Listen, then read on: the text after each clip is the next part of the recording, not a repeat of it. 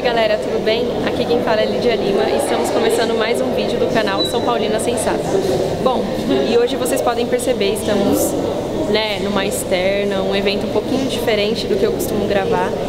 Estamos no evento aqui no Pacaembu e daqui a pouquinho a gente vai entrevistar 3 pessoas incríveis no futebol brasileiro. A primeira é a incrível jornalista e comentarista Renata Mendonça, a mais nova contratada do São Paulo, a Cristiane, e por fim, o ex-técnico da seleção brasileira, René Simões. Eu espero que desde já vocês já se inscrevam no canal, ativem o sininho de notificação e deixem seu like no vídeo. Não se esqueçam, hein? Vem com a gente!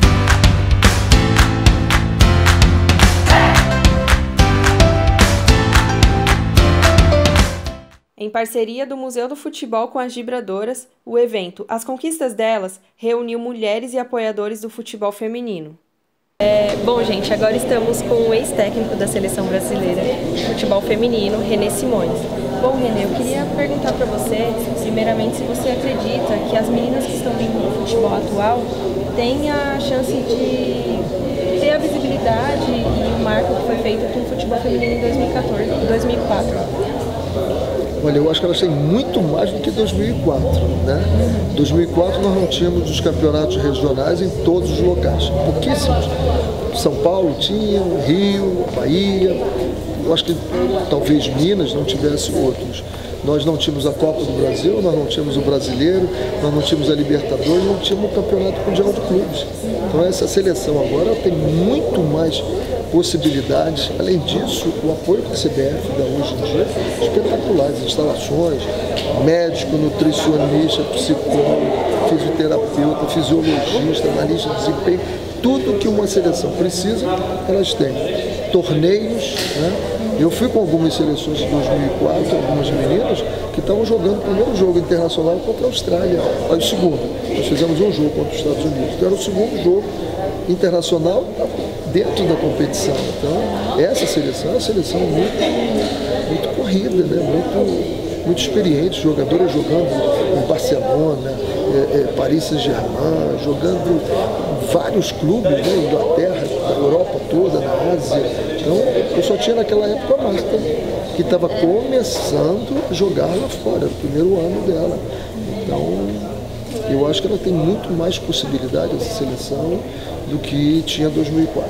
Bom, gente, então ficamos por aqui. Esse foi René no canal São Paulina Sensata. Gente, agora eu tô realmente muito emocionada de estar aqui com a Cristiane. Realmente tenho um carinho enorme por ela. Cresci vendo ela jogar. Pô, tô velha. E joga muito, né?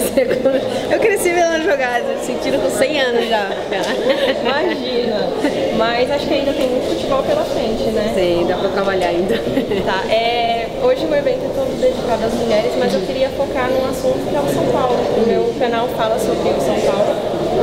E eu tenho um blog que eu escrevo matérias e aí surgiu algumas perguntas e como a gente só tem uma, vamos focar, então, infelizmente.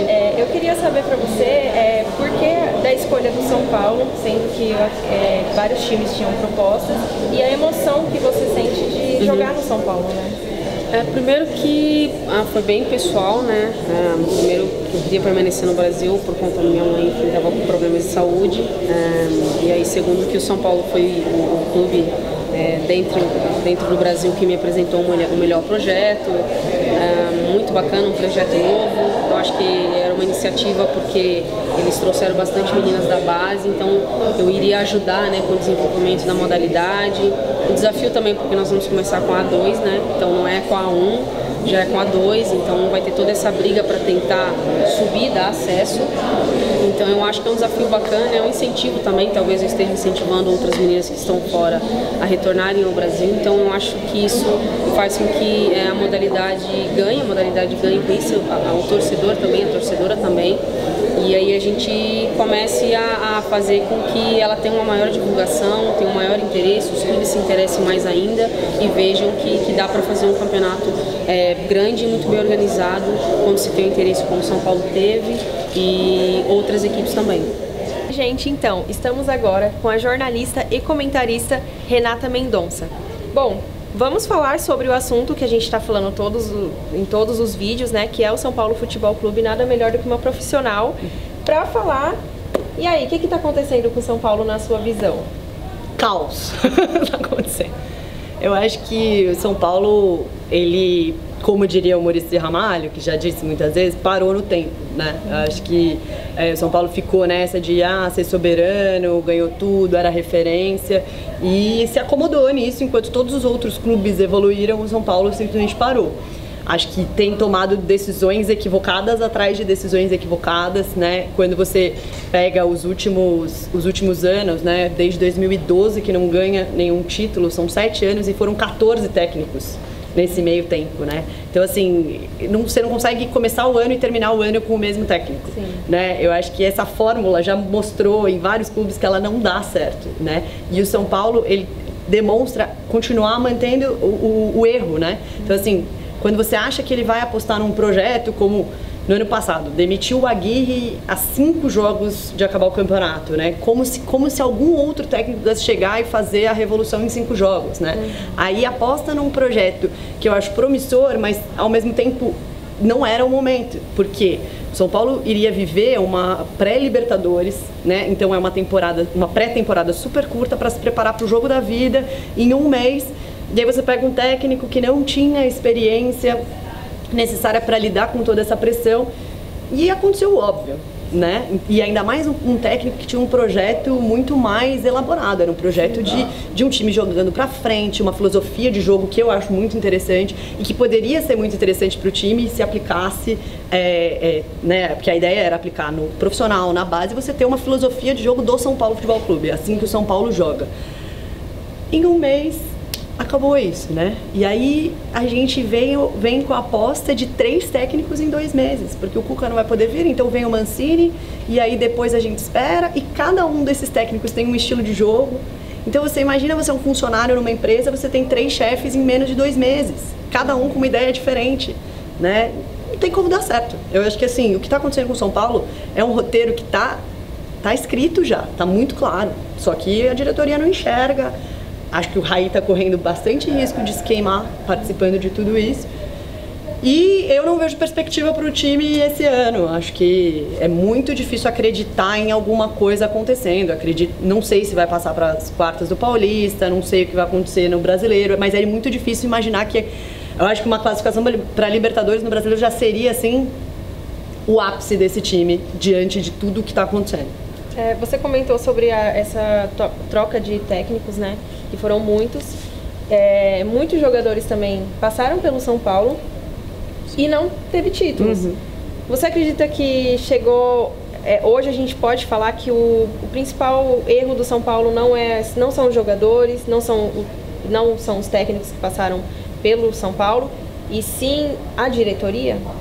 Definitivamente. Eu acho que assim, quando você faz... As receitas são as mesmas. Nos últimos anos, né? Até outro dia eu estava fazendo um levantamento das contratações do São Paulo nos últimos 4, 5 anos. Assim, teve um ano que acho que foi 2017, teve 18 contratações. Aí outro ano teve 15 contratações, porque o São Paulo faz isso, ele está contratando a rodo, aí de repente ele chega no meio do ano, crise, né, manda embora alguns jogadores que do nada também já não prestam, aí perde dinheiro, aí contrata mais outro. Como se a solução fosse essa, assim, sem ideia nenhuma. Não tem... O que a gente vê nessa diretoria, né, e nesses dirigentes é que não há uma lógica de pensamento, não há assim, o que eu quero para o São Paulo neste ano, né? Como a gente vai planejar o ano, o que a gente gostaria de ver o time desempenhando em campo. Não se tem, então aí você vai contratando sem muita lógica, de repente um técnico não deu certo, vamos tirar esse cara, daqui a pouco a gente bota outro. Não tem lógica, entendeu? Então eu acho que assim, tá muito claro que essa receita de troca de técnico nos últimos anos não surtiu nenhum efeito, né? Então por que insistir nela? Né? Eu acho que assim, quando o Jardim, eu até inclusive foi uma das únicas que apoiou a permanência do Jardim, mas assim, é que para mim o erro já tinha sido feito no ano passado. Agora, você insistir no erro, você ir lá e trocar de novo o técnico, sendo que assim, bem ou mal, a Libertadores não vai voltar. Já aconteceu, o vexame já aconteceu. Então por que você não insistir um pouco mais nessa ideia que seria mais a longo prazo do Jardim? Então assim, eu acho que é muito complicado. Enquanto essa diretoria não, principalmente, reconhecer os erros, porque na coletiva, logo depois da eliminação pro Tadjeres, ninguém reconheceu nada, né? Você falou, os erros foram as faltas de títulos. Não, isso é um fato. A falta de títulos é um fato, não é o erro. O erro é o que levou a essa falta de títulos, né? E isso ninguém explica, ninguém assume responsabilidade. Então, assim, é uma crise muito grande, você vê isso refletindo nos jogadores, né? Jean saiu do treino outro dia pé da vida, e você vê, assim, tem como alguma coisa boa sair disso, entendeu? É realmente complicado. Sim, agora focando um pouco no futebol feminino. Você acha que o jornalismo ele tem um papel importante para o crescimento do futebol feminino? Eu diria que o jornalismo tem um papel fundamental para o crescimento não só do futebol feminino, como de qualquer modalidade. Eu sempre dou um exemplo, né, do futebol americano. Né? O futebol americano não era nada no Brasil, ninguém jogava futebol americano, ninguém sabia o que era futebol americano por aqui. E o futebol americano pegou porque a ESPN, né, tudo bem que também a ESPN Brasil tinha o direito de transmissão por causa da ESPN dos Estados Unidos, mas fez uma transmissão legal, trouxe pessoas que entendiam do assunto, né? Ela pregou praticamente o futebol americano como assim, né, uma nova cultura, e ela estabeleceu essa nova cultura. Hoje tem milhões de pessoas que se reúnem para ver o Super Bowl, né? Tem times de futebol americano no país. Então, eu acho que isso é a prova de que quando você quer criar uma cultura esportiva e quando você tem o apoio da mídia, isso é possível. E eu acho que isso é muito possível com o futebol, porque o futebol já é uma paixão nacional, todo mundo já conhece as regras, todo mundo se encanta, todo mundo para ver uma pelada que veja na praça, né, de criança jogando, seja quem for que estiver jogando. Então eu acho que é muito fácil essa paixão pegar. É só uma questão de você divulgar da maneira correta, as pessoas têm que saber que os times estão jogando, que tem mulheres jogando, qual a história dessas mulheres, né? O que a gente tem visto na Espanha, por exemplo, o Atlético de Madrid colocou 60 mil pessoas no estádio no fim de semana. 60 mil pessoas para ver futebol feminino, pagando ingresso. Os ingressos esgotaram no meio da semana. Então, assim, não é milagre. É porque o Atlético de Madrid faz uma divulgação legal, é porque a Espanha transmite os jogos, né? Tem uma TV que transmite os jogos. Então, assim, é tudo uma consequência. E sem a mídia é muito difícil você fazer isso acontecer, porque as pessoas falam assim, as pessoas não se interessam por futebol feminino. As pessoas nem sabem que o futebol feminino existe. A gente está aqui para fazer um evento que a gente vai contar a história de quando surgiu a primeira seleção feminina. Alguém sabe? Entendeu? Então, assim, as pessoas não sabem. Não tem como elas se interessarem por algo que elas não sabem, né? A gente até tem um dado de uma pesquisa recente, até que um estudante de mestrado fez, que só 3%, menos de 3%, 2,8% das notícias que saem na imprensa esportiva são relacionadas a mulheres, né? Então, como é que você vai se interessar por alguma coisa que você não consegue achar nenhuma informação sobre, né? Então, acho que sim, a mídia tem um papel fundamental.